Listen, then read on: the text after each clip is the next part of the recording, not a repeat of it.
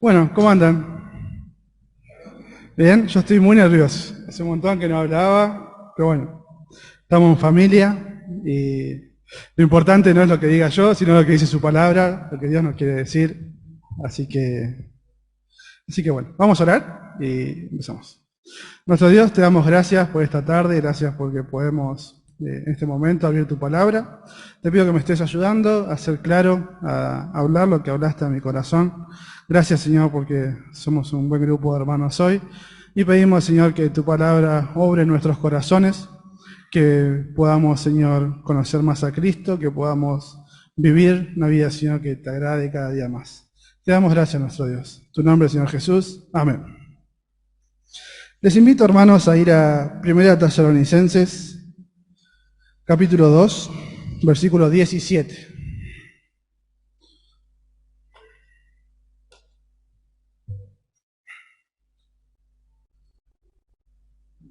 Primera Tesalonicenses 2, 17. Vamos a leer hasta el 3, 8, ¿sí? Así que vayamos prestando atención a lo que leemos. ¿Leemos? Dice, pero nosotros, hermanos, separados de vosotros por un poco de tiempo, de vista pero no de corazón, tanto más procuramos con mucho deseo ver vuestro rostro. Por lo cual quisimos ir a vosotros, yo Pablo ciertamente, una y otra vez, pero Satanás nos estorbó. Porque ¿cuál es nuestra esperanza o gozo o corona de que me gloríe? ¿No lo sois vosotros delante de nuestro Señor Jesucristo en su venida? Vosotros sois vuestra gloria y gozo. El 3.1 dice, por lo cual, no pudiendo soportarlo más, acordamos quedarnos solos en Atenas y enviamos a Timoteo, nuestro hermano, servidor de Dios y colaborador nuestro en el Evangelio de Cristo, para confirmarnos y exhortarlos respecto a vuestra fe, a fin de que nadie se inquiete por estas tribulaciones, porque vosotros mismos sabéis que para esto estamos puestos. Versículo 4 dice, porque también estando con vosotros os predecimos que íbamos a pasar tribulaciones, como ha acontecido y sabéis. Por lo cual también yo, no pudiendo soportarlo más, envié para informarme de vuestra fe. No sea que no sea que os hubiese tentado el tentador y que nuestro trabajo resulte en vano. Pero cuando Timoteo volvió de vosotros a nosotros y nos dio buenas noticias de vuestra fe y amor, y que siempre nos recordáis con cariño, deseando verlos, como también nosotros a vosotros. Y por ello, hermanos, en medio de toda nuestra necesidad y aflicción, fuimos consolados de vosotros por medio de vuestra fe. Esta es una sección media extensa, pero lo que pasó en este tiempo, el apóstol Pablo pasó en su segundo viaje por Tesalónica. Esto lo podemos ver igual en Hechos 17. Él pasó, estuvo con los hermanos y se tuvieron que ir. Cuando se fueron fue medio accidentado, por decir así. Tuvieron que irse de emergencia porque los judíos estaban contra ellos. Y entonces él envía a Timoteo para que pueda traer un informe acerca de la iglesia, acerca de cómo estaban ellos. Pablo conocía el estado de la iglesia, conocía a los hermanos de tesalonicenses. Si vemos, por ejemplo, en el capítulo 1, versículo 3, vemos que él conoce que estaban firmes en la fe. En el capítulo 1, versículo 6, saben que ellos vivían también en medio de gran tribulación. Recordemos que Tesalónica era una ciudad muy grande, una capital, con muchas personas, más de 200.000, con todo lo que implica, ¿sí? Si ahora las ciudades grandes siempre son un lío, yo que soy de pueblo me gustan más los pueblos, pero las ciudades grandes tienen sus cosas buenas y sus cosas malas, y las cosas malas parecen peores, ¿sí? Y en ese tiempo pasaba lo mismo. Había mucha idolatría, mucha persecución hacia los cristianos, que lo vivió en carne propia el apóstol Pablo. Y ellos, el apóstol Pablo sabía todo lo que pasaba ahí, sabía que eran perseguidos en sus diferentes ambientes, sus diferentes familias, y así todo, él manda a Timoteo para poder tener un informe de eso. Como dije, él conocía cómo estaba la iglesia. En el 1.9, por ejemplo, dice que los hermanos de ahí salieron de la idolatría. Ellos salieron de círculos donde la idolatría brillaba con todo su esplendor. En el 1.10, el apóstol Pablo, en esta carta que le escribe, no nos olvidemos de eso, estamos leyendo una carta, como una carta de una iglesia, del apóstol Pablo a esta iglesia, ¿sí? No perdamos el foco del corazón del apóstol Pablo y de lo que él está queriendo decirle. Él conocía también que ellos tenían la esperanza firme en la venida de Cristo. Ellos, con sus temitas, más adelante en la carta, si la pueden leer después en sus casas, Pablo tiene que corregir unas cosas que tenían ellos de acuerdo a la segunda venida, tenían algunos errores. Pero ellos esperaban a Cristo, ellos vivían pendientes de que Cristo estaba por venir. Ellos salieron, el apóstol Pablo con sus colaboradores, de forma abrupta. Salieron, vamos a leerlo. Hechos 17, si alguien lo puede leer. Hechos 17, el versículo 5 y el versículo 10. Esos dos versículos.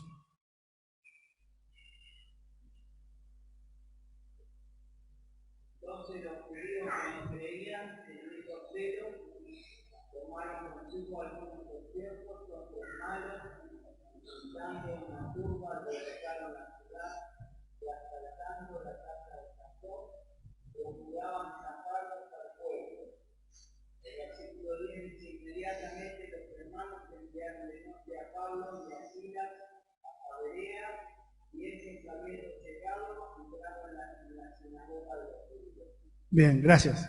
Ellos salieron a las corridas, podemos decir.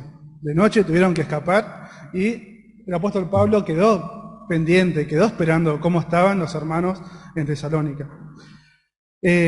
Volvamos a 1 Tesalonicenses, digamos ahí. Y vemos, por ejemplo, en el versículo 7 del capítulo 2, dice: antes fuimos tiernos entre vosotros, como la nodriza que cuida con ternura a sus propios hijos. Marca cómo estaban en un lugar importante del corazón del apóstol Pablo. Él realmente amaba los amaba a cada uno y le importaba realmente cada uno de las personas. Vemos entonces su corazón, su preocupación. En el versículo 10 y 12 del capítulo 2, dice: así como también sabéis, de modo como el Padre a sus hijos, exhortábamos y consolábamos a cada uno de vosotros, y os encargábamos que anduvieses como es digno de Dios, que os llamó de su reino y gloria.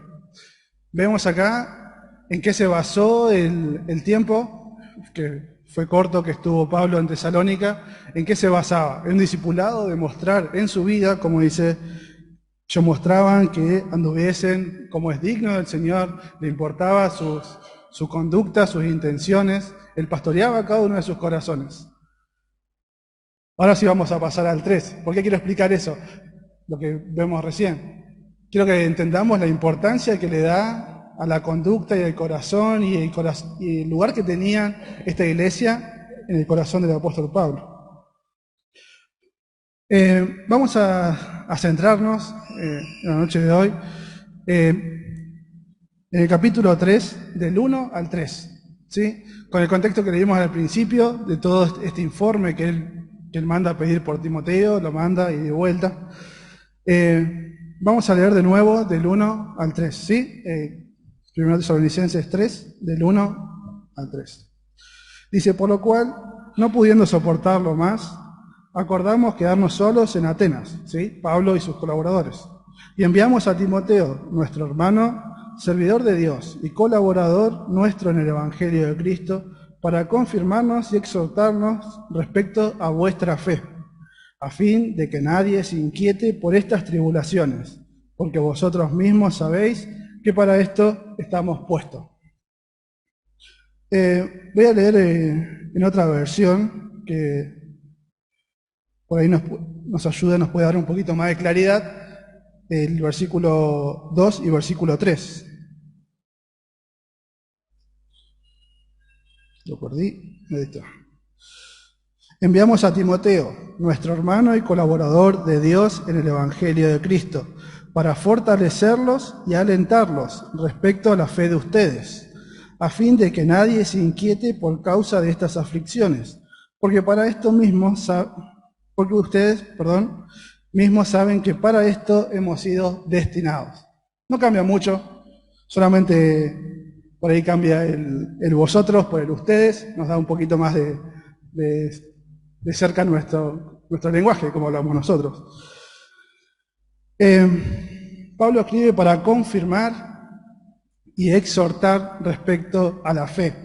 ¿Sí? La versión que leí les dice fortalecerlos y alentarlos. Ese es el motivo uno de los motivos por el cual el apóstol Pablo escribe a esta iglesia. Fortalecerlos y exhortarlos, pero no sobre cualquier cosa, principalmente empieza por la fe. Más adelante, cuando abarque otros temas, tanto doctrinales como prácticos, pero el apóstol Pablo comienza por esto, por la fe. Él entonces quiere confirmar y exhortar, como dice, y también el propósito es a fin de que nadie se inquiete por las aflicciones y sufrimiento. Esto que están pasando ellos, imagínense que, no sé, hoy a la noche los ancianos de la iglesia tienen que salir porque son perseguidos. Nosotros quedaríamos acá, che, ¿qué pasó? ¿Dónde están? ¿Qué están haciendo? ¿Por qué pasa esto? ¿Nos va a pasar lo mismo a nosotros? En cualquier momento entran y patean la puerta. Así era más o menos el contexto que vivían ellos. Entonces, ahí cuando el apóstol Pablo le escribe esto, que para exhortarlos y para animarlos en la fe, que estos problemas y aflicciones, como dice acá el versículo 3, para que no inquieten, ¿sí? Para que no se inquieten en estas tribulaciones. Las aflicciones y las pruebas es algo que pasamos siempre, pasamos todo el tiempo, en diferentes magnitudes, en diferentes proporciones.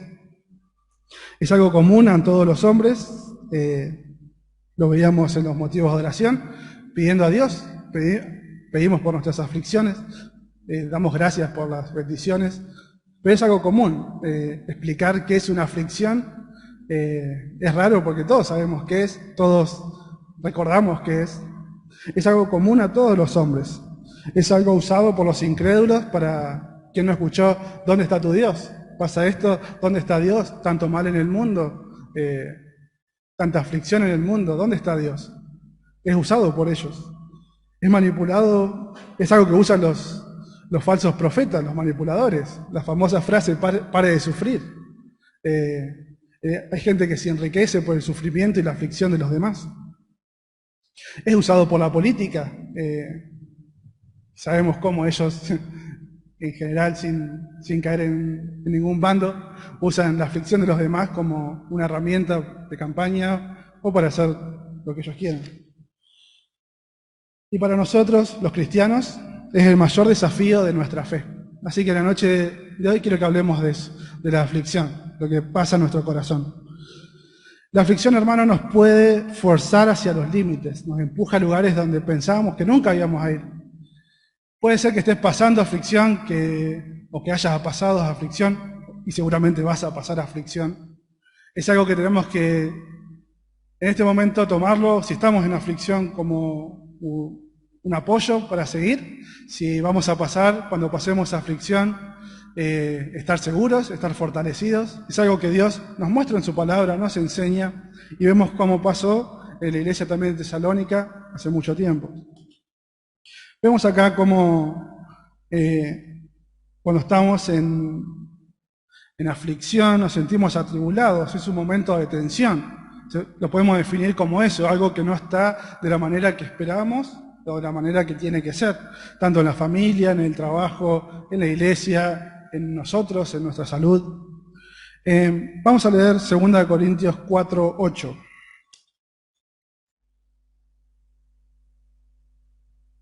Si alguien lo puede leer mientras tomo agua.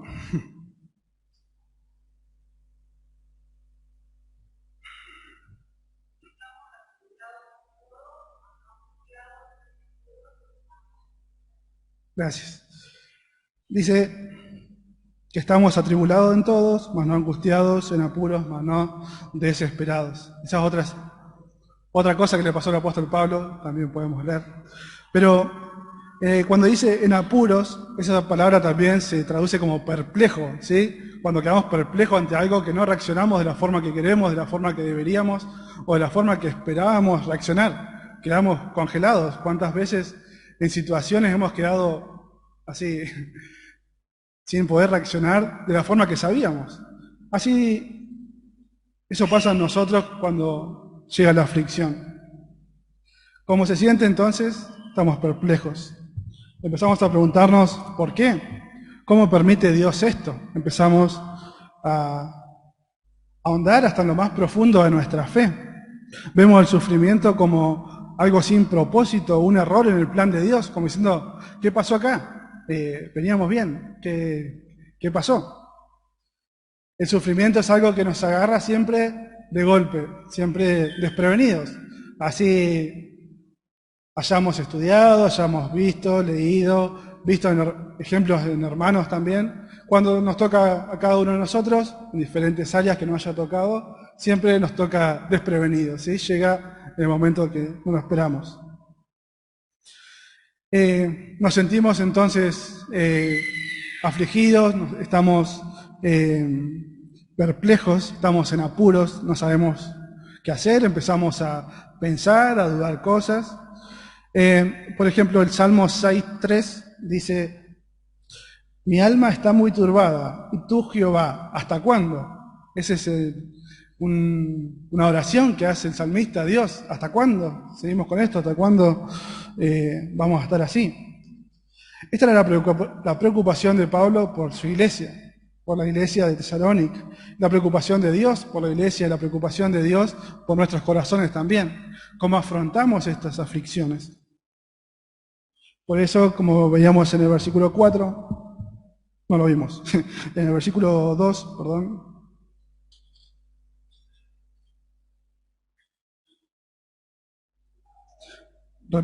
la frase que decía, para confirmar y exhortar respecto a vuestra fe, a fin, con este el propósito, de que nadie se inquiete por las tribulaciones, que nadie pierda la cabeza, que no es algo, una locura, ¿sí? Que estén centrados, que nadie se pierda en sus pensamientos y en sus acciones por causa de las tribulaciones. Es algo que esperábamos, puede decir que dijo el apóstol Pablo, algo que iba a pasar, tranquilos. Entonces, esa es la motivación también que tenemos nosotros. Sabemos entonces que ellos tampoco estaban tan ajenos al sufrimiento, como dijimos antes, ellos sufrían constantemente todos los días una aflicción física y también ideológica por todo un sistema que estaba en contra del cristianismo. Pero el apóstol Pablo, sabemos que le habló también de Cristo a ellos. Si vamos a Hechos 17 de vuelta, vamos a volver ahí seguido porque nos cuenta lo que está pasando. Hechos 17, 3.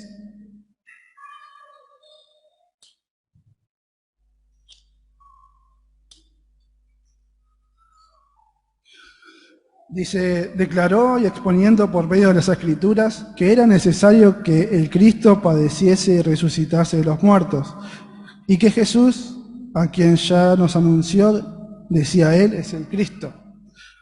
Entonces, el sufrimiento estaba también en el centro del mensaje de Pablo hacia ellos. Él le decía, Cristo vino a sufrir por ustedes. Ellos sabían entonces. Él decía, y le recordaba, ellos tenían lo que es el Antiguo Testamento para nosotros, que Cristo sufrió, eso lo sabemos. Isaías 53, muy conocido, dice, varón de dolores, experimentado en quebranto, perdón. Eso dice 53.3, el 53.7 dice, angustiado y afligido no abrió su boca. Cristo también sufrió y mucho. La preocupación de Pablo, como vemos acá en el pasaje que leímos, era que ellos duden, ellos claudiquen en su fe, podemos decir, por el hecho de que el sufrimiento sobrepasa lo que ellos creían. El sufrimiento nos engaña, ¿sí? Pensamos cosas que no queríamos pensar, pensamos cosas que no deberíamos pensar. Es como cuando estamos enojados, a veces decimos cosas que no era lo que pensábamos decir, no es lo que realmente pensamos, y en ese momento también es una mezcla de miedo, enojo, que no sabemos cómo reaccionar. Podemos ser engañados entonces por el sufrimiento. Podemos, en relación a Dios, desconocer sus atributos que antes conocíamos, empezamos a dudar de diferentes cosas. Entonces, como ejemplo tomé 3, pero pensemos cómo podemos ser engañados también por el sufrimiento.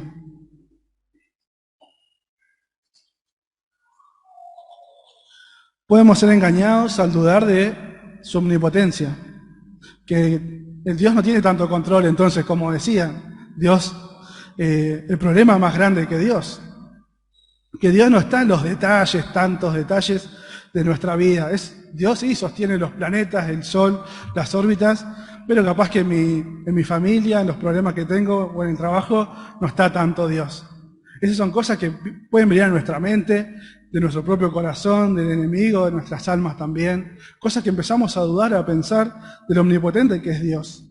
Esto afecta nuestra fe porque vemos a Dios de una manera impersonal, de una manera ajena, lo vemos hasta de una forma que no tiene poder. Bueno, sí, ahí está Dios, yo estoy acá con mi problema y parece que estamos muy lejos. Pero la Biblia tiene una respuesta, la Biblia nos dice en Mateo 10, 29, ningún pajarito muere sin que Dios, el Padre de ustedes, lo permita. ¿Saben cuántos pajaritos hay en el mundo? Dios sí. Y aún así, ni uno se muere sin que Dios lo permita. También dice que ningún pelo pasa de negro a blanco sin que lo permita, ni tampoco se cae. En Job 12:10 dice, en su mano está la vida de todo ser viviente y el aliento de toda carne del hombre. ¿Sí? Nuestro Dios es un Dios omnipotente. Obviamente todos estos puntos dan para muchos estudios, ¿sí? Pero quiero tomar simplemente estos versículos. Dios es omnipotente en nuestro problema, en lo que estamos pasando. Otra cosa que puede venir a nuestra mente, que podemos pensar, que podemos decir, estas aflicciones están pasando, ¿por qué? Puede ser un castigo de Dios. Ahí empezamos a dudar, como dudamos antes de su omnipotencia, empezar a dudar del juicio de Dios y la bondad. Empezamos a tener una imagen que Dios es un Dios tirano, es un Dios que está con el látigo en la mano esperando que te equivoques, que pise el palito para castigarnos. Pensamos que Dios nos castiga de esa forma, que el mal particular que estamos pasando es culpa del pecado que podemos pensar, capaz que un pecado no confesado, Dios está haciendo eso por algún motivo. Dios no es así, nuestro Dios no es así. Cada mal y aflicción podemos pensar que es la condenación de algún mal. Acá hay que separar, hay aflicciones que vienen, que sí, son consecuencias, son castigos de Dios. Pero en general no es así. En nuestra vida, si estamos a cuentas con Dios, si estamos esperando en Dios, como estaban los hermanos de Tesalónica, esperando en Él, en santidad, lo que viene a nuestra vida no es puede no ser siempre por el castigo, ¿sí? Perdemos de vista la bondad, tenemos solamente el juicio, un juicio sin amor, un juicio sin nada. Vemos a Dios como un verdugo divino, imponiendo una pena por cada pecado. Nos olvidamos que fuimos salvos por gracia, nos olvidamos del amor divino que tuvo por nosotros. Pero la Biblia, ¿qué nos dice? La Biblia en Nahum 1, 2 y 7, en el mismo capítulo vemos el equilibrio realmente que hay, que Dios tiene en su persona y en su trato hacia nosotros. Dice, Jehová es celoso y vengador, Jehová es un vengador y lleno de indignación. Yo estoy en una aflicción y leo esto, qué alegría, ¿no? Dios está como un verdugo, Dios está con ira por mí. Pero más adelante, en Nahum 1:7, muy conocido, dice, Jehová es bueno, fortaleza en el día de la angustia. Nuestro Dios es bueno, nuestro Dios... estamos bajo el juicio de Dios cuando estamos lejos de Cristo, cuando estamos sin Cristo. Ahí sí tenemos que tener miedo de este Dios. ¿Por qué? Porque estamos en contra de Él. Pero cuando somos sus hijos y estamos en aflicción, tenemos su bondad, tenemos su misericordia. Entonces, cuando estamos en aflicción y en sufrimiento, podemos dudar de su omnipotencia, de su juicio y bondad. Y también podemos dudar de su amor. Podemos decir, Dios es un Dios indiferente. A Dios no le importa. No le importa a Dios mi sufrimiento. Él tiene el poder, tiene la capacidad, tiene toda la autoridad, pero no lo hace. A Él no le importa. Que son cosas que podemos pensar, cosas que pueden estar en nuestro corazón. Que Dios obra en cosas importantes de la historia, en cosas que cambian el flujo de la historia para otras cosas. Como obró en Israel, está en cosas importantes, no está en mi vida, no está en mi dolor, no está en mi pena. Gracias a Dios que no es así. A Dios le importa nuestra vida, le importa nuestro corazón, le importa en el momento de la aflicción. La Biblia nos dice en Romanos, ¿quién nos separará del amor de Cristo? Tribulación, angustia o hambre o desnudez o peligro o espada. Nada, no hay nada que nos pueda separar del amor de Dios en Cristo Jesús. Podemos dudar entonces de la omnipotencia, del juicio y su bondad y del amor de Dios, y aún así estar totalmente equivocados por pensar así. Gracias a Dios que la Biblia es clara acerca de esto y nos consuela y nos anima. La preocupación de Pablo por los hermanos en Tesalónica era que no se inquieten, que no se desesperen. Como vimos estas cosas, ¿sí? Empezamos a ver a Dios de forma que no es, empezamos a distraernos aún con nuestros pensamientos o dichos de otras personas. Entonces, si todo esto no es así, si Dios es omnipotente, si Dios es amor, si su juicio es justo y gran bondad para sus hijos, podemos aprender algunas cosas sobre el sufrimiento. Primero, que el sufrimiento está en las manos de Dios. Si nada pasa sin que Dios lo permita, el sufrimiento pasa porque Dios lo permite. Este fue el mensaje que le dio inicialmente Pablo a la iglesia. Él empezó diciendo, el Cristo, el Dios, el Salvador, Él sufrió. Ustedes también van a sufrir, nosotros también vamos a sufrir. Y si nuestro Dios, el Dios Todopoderoso, se hizo un Dios sufriente, podemos decir, vino a sufrir, ¿nosotros cómo vamos a rechazar también eso? ¿Por qué digo esto de rechazar? Porque el sufrimiento, como todo lo que hace Dios, tiene un propósito. No es un capricho de Dios. Lo que pasa, que Dios permita, también tiene un propósito. Como dice acá, por ejemplo, en el versículo 3, en el final dice, porque vosotros mismos sabéis que para estos estamos puestos, ¿sí? Estamos puestos, fuimos destinados, fuimos marcados, fuimos separados, diferentes traducciones. Para esto, Dios eligió que de esa forma el sufrimiento llegue.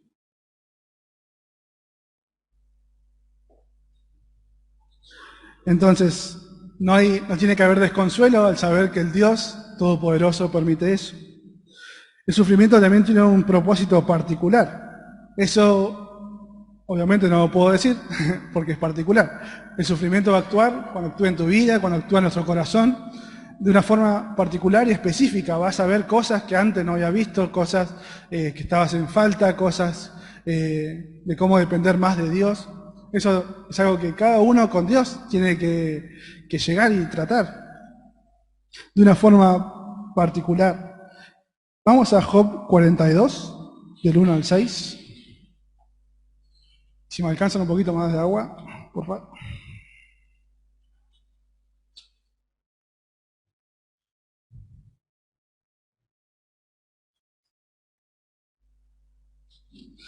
Job 42, del 1 al 6. Son versículos conocidos, pero quería que los recordemos. Dice, respondió Job a Jehová y dijo, yo conozco que todo lo puedes y que no hay pensamientos que se escondan de ti. ¿Quién es el que oscurece el consejo sin entendimiento? Por tanto, yo hablaba lo que no entendía, cosas demasiado maravillosas para mí que yo no comprendía. Oye, te ruego y hablaré. Te preguntaré y tú me enseñarás. De oída te había oído, mas ahora mis ojos te ven. Ahí vemos el final, vamos a decir, de un proceso personal que tuvo Job. Job no tuvo ninguna respuesta. Cuando leemos el libro, Dios nunca le dijo a Job, todo esto te pasó por tal razón. No le dijo.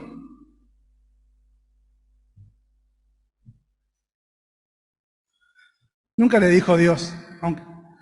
Pero ¿cuál fue el resultado más evidente que tuvo Job? Él conoció a Dios. El fin de su prueba fue conocer más a Dios. Entonces la prueba, cuando llega a tu vida de forma particular, vas a ver cosas en tu corazón, cosas en tu vida que las arreglás vos con Dios. También, de forma general, la prueba nuestra fe. Si alguien puede leer 1 Pedro 6 y 7.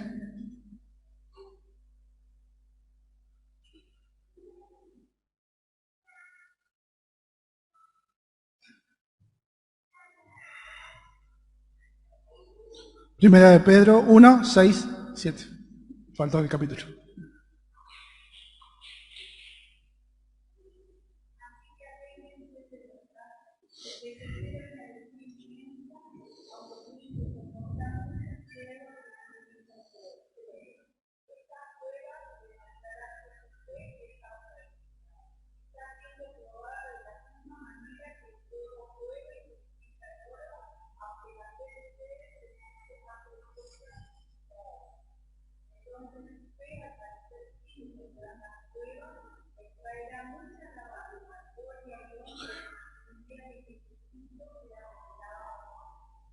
Gracias.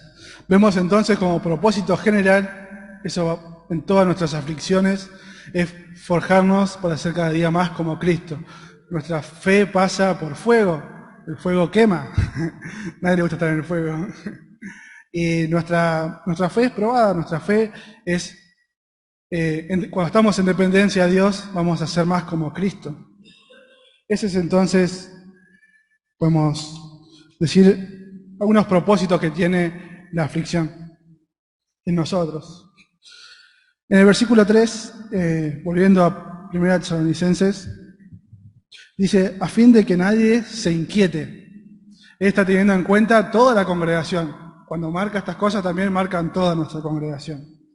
Y quería que nos hagamos unas preguntas a nosotros mismos en cuanto a la aflicción, en cuanto a cómo la estamos pasando. Nuestro sufrimiento, ¿vemos el sufrimiento nuestro como una desgracia? Cuando yo sufro, ¿es una desgracia que sin sentido, que me lleva a deprimirme, a no ver la luz en lo que está pasando? ¿Causo desaliento al hablar de lo que estoy pasando? No sé si... Hay veces que estamos desanimados, es una realidad, pero hay veces que parece que hay gente que quiere estar desanimada. Vos le preguntás cómo estás y está mal, está peor. O vos le contás algo y están peor que vos. Cuando nos contamos entre nosotros cómo estamos, las aflicciones que estamos pasando, ¿causa desaliento en mi hermano? ¿Causan desánimo? ¿O causa esperanza también como podemos tener? Cuando cuento, cuando hablo, cuando estoy atravesando la aflicción que Dios permita que toque, ¿hago evidente que Dios es soberano cuando cuento mis problemas? ¿O el problema lo cuento como si fuera realmente más grande que Dios? ¿Los que me escuchan son esperanzados cuando yo les comento lo que estoy pasando? A veces, como dije recién, tratamos de victimizarnos más, pero tenemos que glorificar a Dios, aún en esos momentos tan difíciles. Aliento y fortaleza, dice el versículo, fortaleceos y alentarlos, confirmarlos y exhortarlos. Esto es lo que escucha la gente cuando me escucha hablar de mis problemas.